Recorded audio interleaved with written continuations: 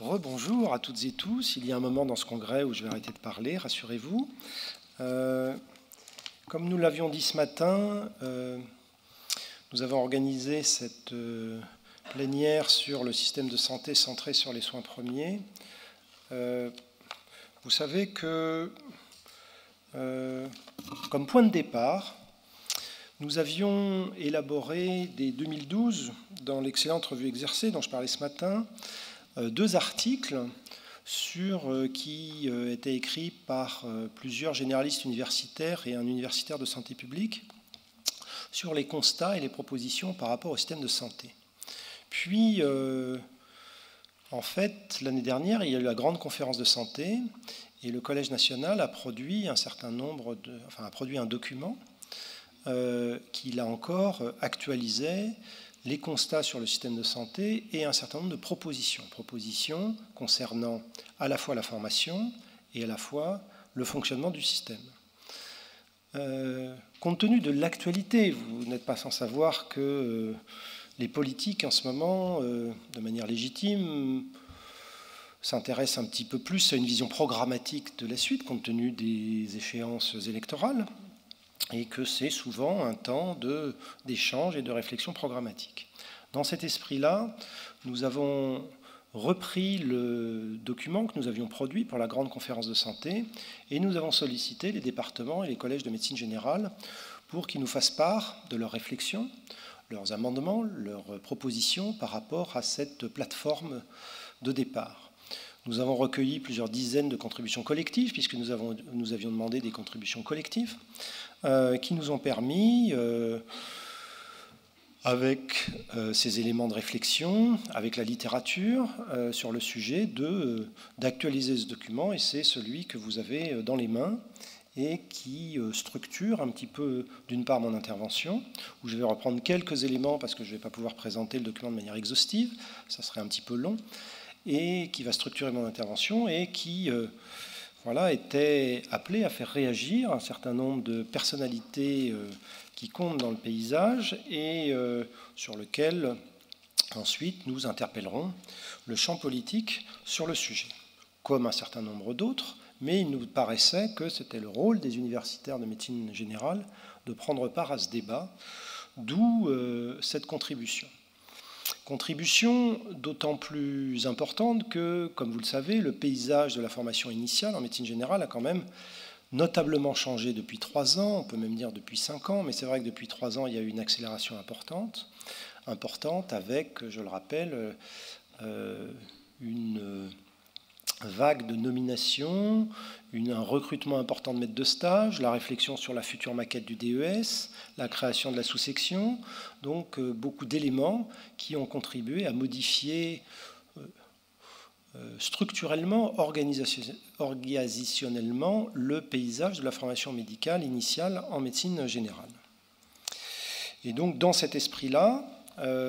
ces éléments de réflexion devaient être actualisés, mais ce qui reste patent, c'est que autant il y a eu des changements dans la formation médicale initiale, autant il y a eu beaucoup de réflexions sur comment améliorer cette formation, la qualité des formés, leur inscription dans le paysage professionnel, autant il nous apparaît que la discordance structurelle entre les missions et les compétences auxquelles on forme les médecins et leur rôle et leur place dans le système de santé n'avait finalement qu'extrêmement peu bougé, et que la discordance qu'on pointait entre, d'une part, les compétences auxquelles les jeunes professionnels étaient formés, qui conditionnent les missions et les tâches qui leur sont confiées dans le système de santé, était donc discordante avec la place qui leur était faite et qui leur était faite au choix, l'organisation ou l'inorganisation du système de santé. Donc à partir de là, se déroule un certain nombre de constats. Constat, vous savez qu'historiquement, je ne vais pas revenir longuement là-dessus, mais si nous partons de cette difficulté que le rôle et les missions du médecin généraliste sont discordantes avec le système, on sait que ça trouve ses origines dans la conception de l'universitarisation qui avait exclu historiquement la médecine générale du champ universitaire et que du coup, pendant, on va dire, plusieurs dizaines d'années, il y a eu pendant en miroir le développement exceptionnel des spécialités d'organes, de la médecine d'excellence au sein des CHU, de la recherche médicale. Les ordonnances fondatrices de 58-62 avaient complètement modifié le paysage antérieur et permis cette éclosion. Eh bien, pendant ce temps-là, pas de développement universitaire, pas de standard universitaire, pas de reconnaissance en miroir de la médecine générale dans le système de santé. Et qu'il y avait une vraie perspective où la médecine générale et ses professionnels, quelque part, remplissaient en creux ceux qui n'étaient pas développés ou confiés à d'autres. Et ce développement de la médecine générale en creux des autres disciplines avait renforcé l'idée que finalement, est-ce que c'était bien utile, avec une perspective où je vous rappelle que dans les années 80, la question était posée de est-ce que ça sert vraiment à quelque chose et est-ce que compte tenu du développement de la technologie médicale, est-ce que c'est bien utile? Donc tout ça s'est fait à la fois dans le système de santé et dans les institutions. Et quand je parle des institutions, ce sont les institutions politiques, mais ce sont aussi les hautes administrations. Ce sont aussi les institutions comme l'assurance maladie. Et tout ce développement s'est fait sans la médecine générale ou en considérant donc que la médecine générale était confinée au mieux à une discipline d'exercice, au pire à une discipline dont on percevait extrêmement mal les contours et l'utilité. De ce point de vue-là, ça a expliqué les freins et les blocages absolument considérables qui ont freiné la reconnaissance du statut universitaire de la discipline. Il y a eu un vrai virage dans les années 2000, avec la reconnaissance de la spécialité en 2002, avec la réforme de l'internat qui a abouti à la création des DES rentrant en vigueur en 2004. Et malgré la reconnaissance de la spécialité, l'arrivée des DES, qui devait théoriquement déboucher sur la nomination de chef de clinique et d'une filière, eh bien, ce statut universitaire a octé, n'a pas pu voir le jour en 2004, en 2005, en 2006, en 2007, parce que ces blocages et ces freins, alors que c'est une histoire finalement extrêmement récente, étaient encore très très à l'œuvre chez tous les acteurs dont j'ai parlé précédemment. Donc, à partir de là, il y a un miroir avec le fonctionnement du système de santé. Et que globalement, quand on a un fonctionnement en creux des autres disciplines, eh bien, on a beau se réclamer du premier recours, on a beau se targuer d'un certain nombre de publications internationales, d'exemples étrangers, eh bien, en France, historiquement et encore aujourd'hui, vous savez que le système de santé est très marqué par le fait que le premier recours, quels que soient les dispositifs qui ont été mis en place, est contourné, voire détourné par les deuxième et les troisièmes recours, ce qui traduit quelque part ce que... Je ne reprendrai pas tous les discours de Yann Bourgueil sur le sujet, mais traduisent bien qu'on est face à un système de santé non organisé, non hiérarchisé. Et parallèlement à ça, eh bien, là encore, historiquement, pas de politique de santé en France. Il a aussi fallu attendre les années 2000, la loi sur les droits des malades en 2002, et les lois de financement de la sécurité sociale qui ont suivi à partir de la loi de 2004, pour qu'il y ait les prémices d'une véritable politique de santé. Donc, quelque part, l'ensemble du système a été conduit sans vraiment pilote dans l'avion. Et il y a eu un développement extrêmement important, notamment dans les années 70, 80, 90, et surtout récemment, dans les 20 à 30 dernières années, un développement de la technique extrêmement importante, qui est évidemment extrêmement utile et extrêmement profitable, mais qui a fait que structurellement, les soins premiers, la médecine générale n'ayant pas de référence universitaire et n'ayant pas de poids universitaire et académique, eh bien, naturellement, la priorisation a été donnée aux soins techniques, aux dépens de la réflexion, non pas de la médecine générale, mais aux dépens de la réflexion sur une organisation globale du système de santé ou de la santé des patients. Et finalement, l'évolution inverse et la réflexion l'incorporation d'éléments de politique de santé dans les politiques publiques a été absente jusque dans les années 2000. Et donc le mouvement inverse, le retour de balancier, est encore extrêmement timide, et d'autant plus que, compte tenu du modèle préexistant, eh bien, les premiers éléments dans les années 2000 de la politique de santé étaient très calqués sur les problématiques de spécialité d'organes. Et si on prend les premières orientations de politique de santé dans les priorités, eh bien, on avait une espèce de catalogue calqué sur l'organicité des pathologies et non pas de la santé des patients. Donc, ces tendances-là sont extrêmement lourdes, et parce qu'elles sont historiques, parce qu'elles sont culturelles, parce qu'elles sont ancrées sur un fonctionnement déjà ancien. En miroir de ça, eh bien, il y a eu un moment où justement ce balancier était allé un peu loin et commençait à se poser un problème en termes de qualité des soins délivrés aux patients, parce que vous avez beau, une fois de plus, perfectionner, mettre à disposition de la population des techniques extrêmement pointues, et en France, la médecine de ce point de vue-là est une médecine d'excellence, pour autant, la santé globale de la population n'est pas forcément reliée à ces développements techniques. Et donc, il y a eu un moment où le célèbre médecin généraliste pivot du système de soins a commencé à être affiché comme un emblème ou comme une incarnation, mais une incarnation souvent désincarnée de la réalité, puisque ça fonctionnait plus comme un affichage que comme une réalité. Et ça se traduisait notamment dans le fait que ça soit un affichage dans la prise en charge par les régimes d'assurance maladie et complémentaires du risque lié à la maladie. D'une part parce que les dépenses de prévention, d'éducation, etc. n'étaient pas historiquement du domaine de la sécurité sociale. Et que quelque part, en l'absence justement de politique publique de ce point de vue-là, eh bien, quelque part, personne ne s'en occupait vraiment. Et donc, toute la prise en charge était orientée vers le soin et valorisait le soin technique. Et puis, dans le système français, vous n'êtes pas sans savoir que, eh bien, il y a une vraie compétition, voire par moments antagonisme, entre le régime obligatoire de protection maladie et les régimes complémentaires. Et de plus en plus, compte tenu de la part de la médecine générale et des soins premiers qui, dans les dépenses de santé, est allée en rapetissant, ce qui n'est pas logique, eh bien,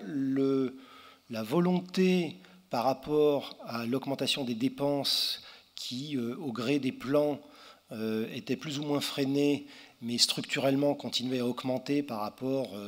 à la richesse nationale, eh bien, la discussion était où est-ce qu'on met la barre et qu'est-ce qu'on dérembourse. Et il n'est pas anodin de constater que dans la logique des régimes complémentaires et dans une vraie logique assurantielle, eh bien, la première cible du déremboursement potentiel, c'était le petit risque. Et vous voyez ça traîner dans un certain nombre d'ailleurs d'institutions qui réfléchissent sur l'avenir du monde de la santé et de son financement. Et vous avez ça dans les propositions d'un certain nombre d'assurances ou apparentées, voire de mutuelles, chargées du remboursement sur la part complémentaire. Alors que théoriquement, les mesures et le financement axé sur la prévention, sur l'éducation du patient, sur le dépistage, etc., sont des outils pour éviter que l'état de santé de la population et des patients se dégrade, induisant par là des coûts supplémentaires. Juste dans une réflexion médico-économique. Et je ne place même pas le débat sur l'intérêt pour la santé des patients. Or, cette logique assurantielle dans la prise en charge des dépenses de santé est en plus viciée par la problématique de la dépense en valeur absolue. C'est-à-dire qu'il n'y a, dans une logique assurantielle, et dans une logique donc de rapport coût-bénéfice et donc de bénéfice, vous ne pouvez dégager des marges bénéficiaires d'autant plus facilement que la part de dépenses en valeur absolue est importante. Vous avez plus de marge en valeur absolue si vous dépensez 10 000 euros que si vous en dépensez 5 000. Donc du coup, toute la logique assurantielle sur la part complémentaire n'a pas intérêt structurellement à une limitation des dépenses et à une vraie rationalisation de ces dépenses. Donc tous ces facteurs concourent au fait que si les soins premiers sont reconnus pour leur efficience, c'est-à-dire pour leur rapport coût-efficacité meilleur que les soins secondaires ou les soins tertiaires, les conséquences n'en sont pas tirées, puisque le débat n'est pas placé sur la rationalisation des dépenses en orientant le système de santé vers les soins premiers. Et alors qu'on a quand même un certain nombre, là aussi, de données issues notamment de l'Amérique du Nord, qui est un très bon contre-exemple, et de l'ensemble des pays, pour dire que ce sont les systèmes de santé axés sur les soins premiers qui sont, de ce point de vue-là, les plus efficients. Constat supplémentaire, les rôles et les missions respectives des professionnels dans ce système de soins qui n'était pas piloté n'étaient pas arbitrés, c'est-à-dire que les compétences des professionnels n'étaient pas définies. Donc l'architecture du système n'avait pas d'application pratique, parce qu'on peut toujours raisonner ou dire que le système doit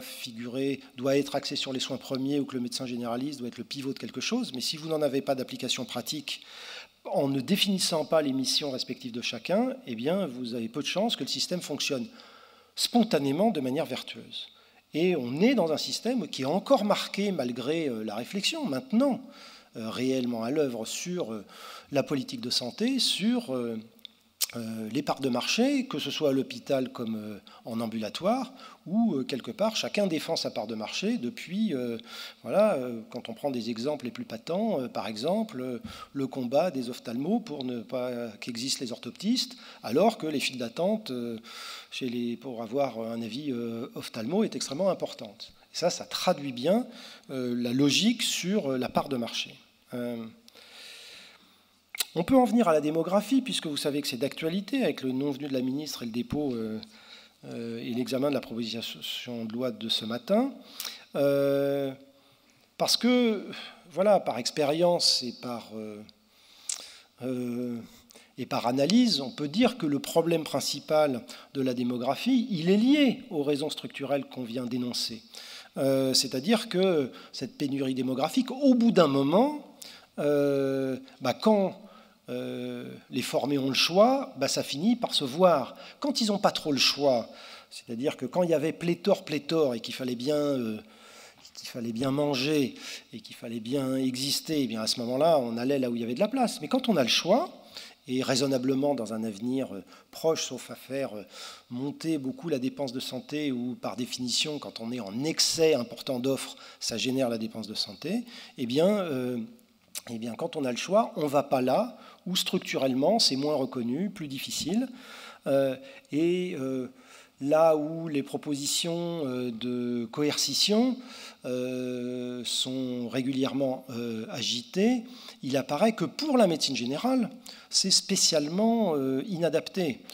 Moi, je ne suis pas sur le terrain syndical. Au plan universitaire, on n'a aucun dogme sur le sujet. En revanche, comme il n'y a pas de lien entre le diplôme et la nature de l'exercice, c'est-à-dire qu'avec le diplôme de médecine générale, on peut faire autre chose, on peut travailler notamment dans n'importe quelle institution, etc., mais il n'y a aucun lien avec la modalité de l'exercice, eh bien, à partir du moment où vous mettez de la coercition dans une discipline qui ne fait pas le plein des effectifs et où il y a observé un effet de fuite, eh bien, la conséquence attendue, ça sera l'augmentation de l'effet de fuite en l'absence de régulation et d'organisation du système qui pourrait faire reconnaître la médecine générale comme ayant vraiment un rôle et une mission bien identifiés dans le système de santé. Et à ce moment-là, on prend des mesures financières qui sont inadaptées et dont le rapport coût-efficacité est quand même fort médiocre. Au total, une croissance du système sans cohérence, une compétition entre les soins ambulatoires hospitaliers entre le premier et le deuxième recours, des bonnes performances du système de santé tant que le progrès technique le permet, mais au prix d'un coût très important, mais avec des marges d'amélioration extrêmement fortes sur les soins premiers et l'organisation du système. D'où un certain nombre de propositions sur l'organisation du système et propositions sur la formation. Eh bien, découle des constats un certain nombre de propositions, c'est-à-dire que les compétences et les champs d'intervention sont à définir pour chacune des catégories professionnelles, de manière à ce qu'il n'y ait pas cette compétition, et notamment des champs d'intervention mieux définis pour la pluriprofessionnalité en soins premiers et pour les deuxièmes et les troisièmes recours, avec la nécessité de régulation. S'il n'y a pas de régulation, spontanément, le système ne peut pas être vertueux dans la mesure où il y a cette histoire de compétition aussi bien qui ne dit pas son nom au niveau des différents secteurs de soins, compétition au niveau des acteurs de la prise en charge du remboursement. Et pour cette hiérarchisation, eh bien, il faut qu'il y ait aussi une information et une campagne auprès du public. C'est-à-dire que, par définition, le système de santé est relativement illisible pour le grand public. Et cette histoire de hiérarchisation et de valorisation des soins premiers a été une constance, a été constamment une absence de l'information et des politiques publiques. Donc, du coup, on peut en attendre un fonctionnement plus efficient à partir du moment où les professionnels sont mieux reconnus pour eux et mieux reconnus par le grand public. Si on estime qu'il faut que finalement les soins premiers, c'est payant pour la santé des patients, payant pour le système de santé en termes de rapport coût-efficacité, eh bien, il faut investir sur ce premier étage des soins. Et c'est pour ça qu'on demande que la prise en charge par l'assurance maladie obligatoire, de manière lisible, dans un système de santé organisé, eh bien, il soit complet ou quasi complet, ce qui par ailleurs facilitera le tiers payant, puisque vous savez que le principal obstacle du tiers payant en soins premiers, c'est la dualité entre le régime obligatoire et le régime complémentaire, rendant cette application extrêmement difficile. Et avec une réelle diversification des rémunérations, on connaît, c'est écrit partout, c'est publié, le problème du paiement à l'acte. Et aujourd'hui, vous savez que la part forfaitaire représente environ 10%, et que tant qu'on est avec un système fonctionnant à 90% sur le paiement à l'acte, l'application et la correspondance avec les missions du médecin généraliste sont extrêmement faibles et ne sont pas vertueuses, d'où la demande de diversification des forfaits sur les forfaits structure, sur les forfaits fonctions et sur les forfaits objectifs de santé, d'accord, mais avec une ROSP véritablement scientifique et non pas décidée toute seule dans son coin par l'assurance maladie sur des critères dont on a déjà discuté ici et dont on sait qu'au plan scientifique, ils peuvent osciller entre le non pertinent absolu et le éventuellement intéressant. L'enjeu derrière, c'est le rééquilibrage de l'investissement et donc des rémunérations vers les soins premiers et la médecine générale. C'est-à-dire qu'il y a un moment où ça nécessite peut-être un vrai courage politique et des vraies options claires prises, ce qui n'a jamais été le cas parce qu'on voit toujours qu'il y a une nécessité politique de toujours ménager, c'est-à-dire que comme si il n'y avait aucun perdant, parce que ça se place en gagnant-perdant, et qu'à partir du moment où il pourrait y avoir des perdants dans cette redistribution, eh bien les décisions ne sont pas prises. Mais si l'état de base n'est pas satisfaisant, il y a un moment où il faut quand même avoir la capacité de le changer. Et puis, le choc de simplification pour favoriser l'exercice regroupé et le plan d'investissement dans les structures de soins premiers, c'est-à-dire aider. On sait aujourd'hui que le modèle des maisons pluriprofessionnelles de soins premiers est un modèle extrêmement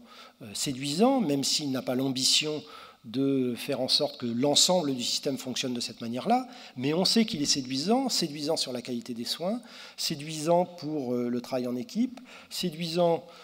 pour l'attractivité qu'il exerce auprès des jeunes professionnels. Donc quand même beaucoup de raisons de favoriser ce modèle. Encore faut-il faire en sorte que la tutelle s'empare de cette affaire, ce qui est quand même un petit peu le cas, puisque les ARS, en fonction des régions de manière un peu variable, mais globalement ont la mission de s'impliquer beaucoup dans ce modèle, mais ce modèle qui n'est pas vraiment partagé au plan politique. On sait qu'il y a une grande carence de connaissance de ce modèle et de ses implications dans le monde politique, et qui nécessiterait des supports institutionnels avec des vrais services spécialisés dans les ARS,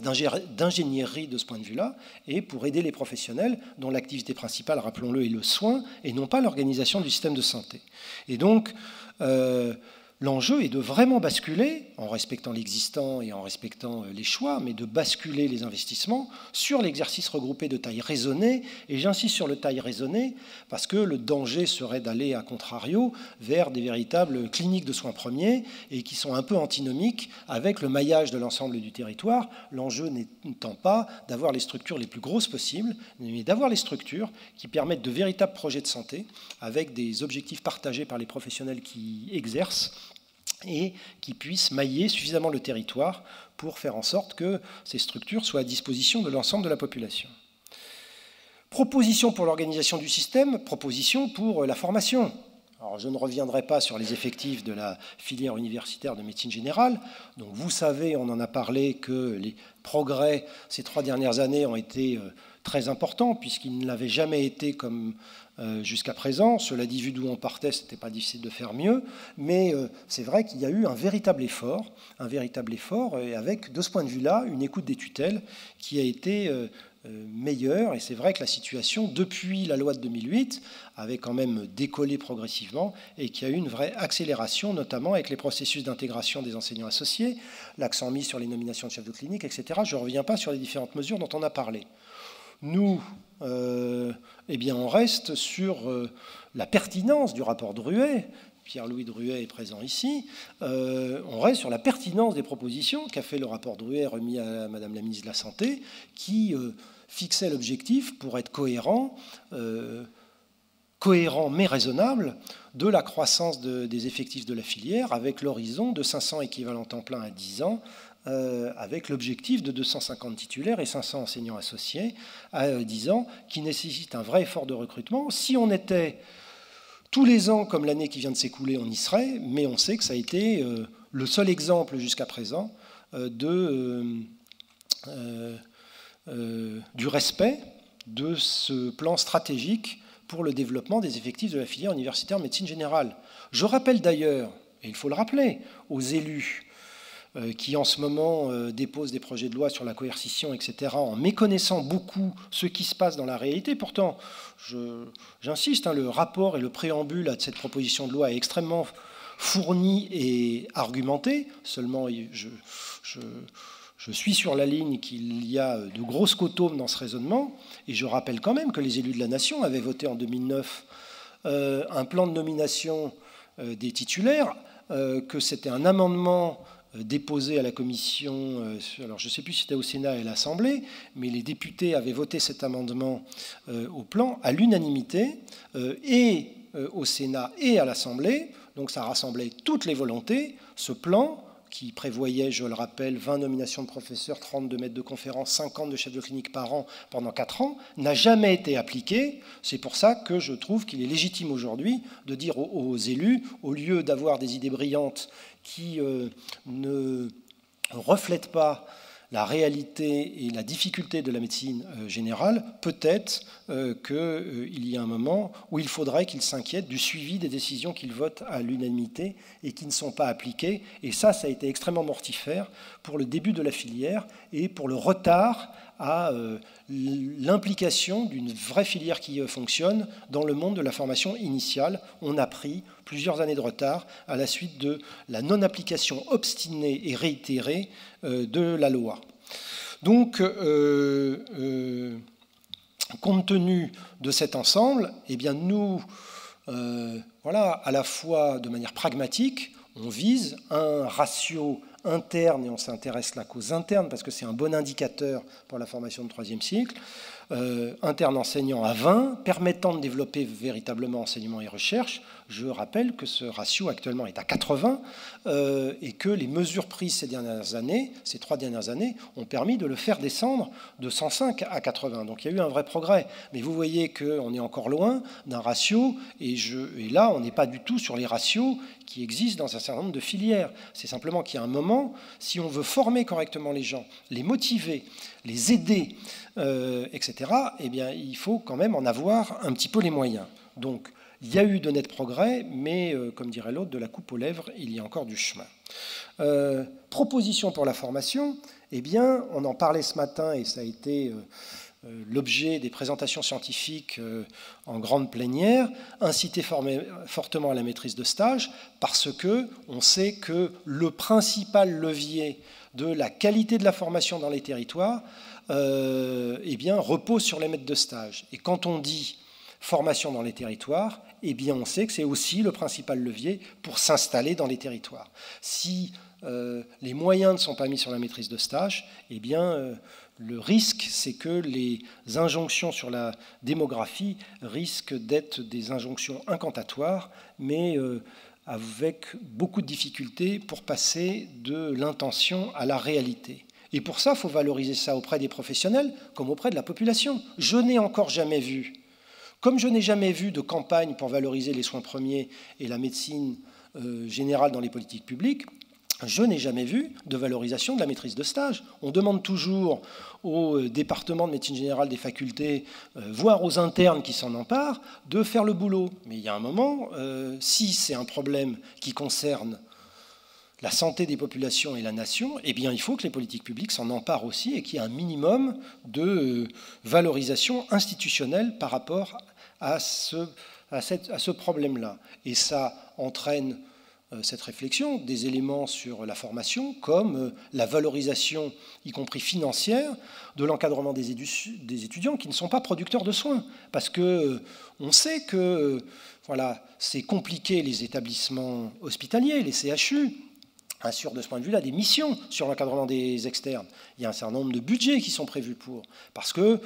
les externes, ce n'est pas producteurs de soins, ou en tout cas le rôle qu'ils y jouent est relativement ténu. Eh bien, quand vous n'êtes pas en établissement de santé, mais dans une très petite structure, voire en individuel, eh bien, la présence d'un étudiant non producteur de soins est un véritable frein. Et si vous êtes, là encore, et on rejoint ce qu'on disait tout à l'heure, dans un système rémunéré à l'acte, eh bien, vous avez la double peine. Donc, quand on veut mettre, et quand on dit, parce qu'on partage totalement l'analyse de la tutelle sur le sujet, qu'il faut former l'ensemble des étudiants en médecine et en deuxième cycle dans les cabinets de médecine générale, ça pose immédiatement ce problème. Je rappelle qu'à l'époque, la tutelle avait refusé de valoriser la rémunération des maîtres de stage de deuxième cycle par rapport à ceux du troisième cycle. C'était à l'époque une revendication du syndicat national des enseignants qui avait été refusée, parce que ça manifeste ce refus une vraie incompréhension de ce qui se joue sur le terrain. Proposition formation, eh bien, on est aussi dans le temps de la réforme des DES et du troisième cycle, et je rappelle que pour nous, et par expérience, la durée de la formation est tout sauf un obstacle à l'installation. C'est même le contraire. Ce qui est un obstacle à l'installation, c'est que la formation ne comporte pas assez de stages en ambulatoire, avec les données scientifiques qu'on a sur le fait qu'il y a un lien entre la formation dans les territoires et l'exercice dans les territoires. Mais si vous formez en dehors des territoires, il ne faut pas s'étonner que les jeunes ne s'approprient pas l'intérêt, l'utilité d'exercer dans ces endroits-là. Donc l'enjeu de mettre plus l'accent sur la formation professionnalisante en troisième cycle que dans les deux premiers cycles est pour nous impérieuse. Et c'est vrai qu'à l'époque, et déjà maintenant un peu ancienne, où on avait demandé et proposé le DES à 4 ans, et à l'époque, je rappelle, c'est une proposition conjointe avec l'ISNA, il y a plusieurs années, eh bien, on plaidait aussi pour le raccourcissement des deux premiers cycles. Parce que, voilà, alors après, ça bouscule d'autres intérêts, mais clairement, l'enjeu n'est pas d'empiler sur une version millefeuille les années de formation. Il est que ces années de formation soient réellement utiles et soient réellement fondatrices de la professionnalisation des jeunes. Et que de ce point de vue, je rappelle que les jeunes, à l'issue de leur DES, ne s'installent pas, que déjà la durée moyenne de formation est déjà supérieure à 4 ans pour être qualifié en médecine générale, et ensuite qu'ils ne s'installent pas. Et souvent, quand on fait des enquêtes, ils disent qu'ils ne se sentent pas prêts à s'installer. Eh bien, la réponse à ça, c'est évidemment une formation professionnalisante dont on a plein de propositions, et la tutelle a été saisie de longue date de ça. On en a rediscuté avec les internes, et l'enjeu, il est vraiment l'année professionnalisante pour derrière conduire à l'installation potentiellement rapide, prêt à s'installer à partir du moment où on s'installe, où on s'estime compétent. Enfin, et pour finir, dans les propositions de formation, eh bien, c'est développer évidemment la recherche avec des dispositifs dédiés. On a eu la parole de Madame la Ministre ce matin avec les années recherche, les appels d'offres vers des vrais programmes ambulatoires de recherche clinique en médecine générale, les soutiens institutionnels aux bases de données en médecine générale, aux réseaux d'investigateurs universitaires, parce que si on ne produit pas de données, eh bien, la discipline n'existe pas réellement et on ne peut pas orienter, conseiller, former les professionnels de manière adaptée si la recherche n'existe pas, et on sait son effet vertueux avec l'impact sur la qualité de la formation et l'impact sur le tissu professionnel vers plus de qualité et d'excellence. Je finirai dans les propositions sur le DPC, où vous savez un petit peu l'évolution qu'on estime catastrophique du DPC ces dernières années, avec la prime au moins 10 ans et au secteur marchand, et que l'enjeu, c'est de prioriser les financements sur des objectifs limités et scientifiques. On a là quelques exemples évidents pour utiliser de manière pertinente la ressource, et que le DPC, la formation, l'investissement qui est consacré, ait un véritable impact sur les pratiques. Donc après ces constats et ces propositions, eh bien, voilà 10 mesures qui s'appuient sur ces constats, sur la réflexion des universitaires, sur les données scientifiques à notre disposition, sur les exemples étrangers et sur l'exemple français, qui forment un tout, qui est vraiment le souhait profond des universitaires de médecine générale et qui est en cohérence avec ce qu'on escompte, ce qu'on espère d'une réforme plus profonde de la gouvernance du système, parce que cette gouvernance du système, entre les systèmes obligatoires, entre les systèmes complémentaires, eh bien, on sent bien que c'est un obstacle à une refonte globale du système et que l'enjeu, ça serait de modifier la cible des investissements habituels qui modifie de ce point de vue-là les fonctionnements culturels hérités de l'histoire et que ça nécessite une vraie compréhension de tous les acteurs institutionnels et une vraie volonté politique, ce qui est, on ne se le cache pas, assez compliqué, parce qu'en permanence, évidemment, il y a des acteurs qui ont tout intérêt, soit à l'absence de changement, soit à la pérennisation, voire l'augmentation des mécanismes qui peuvent leur être profitables ponctuellement. Mais si on s'intéresse à l'architecture du système de santé et à la santé des patients, eh bien, on estime que c'est dans cette direction-là qu'il faut aller, à nous de porter ces messages vers les politiques demain et en être intimement convaincus, puisque on peut dire il s'est beaucoup passé de choses, on a fait beaucoup bouger les lignes sur les soins premiers et la formation initiale. Il n'y a pas de raison qu'on s'en contente et qu'on s'arrête là. Merci à vous.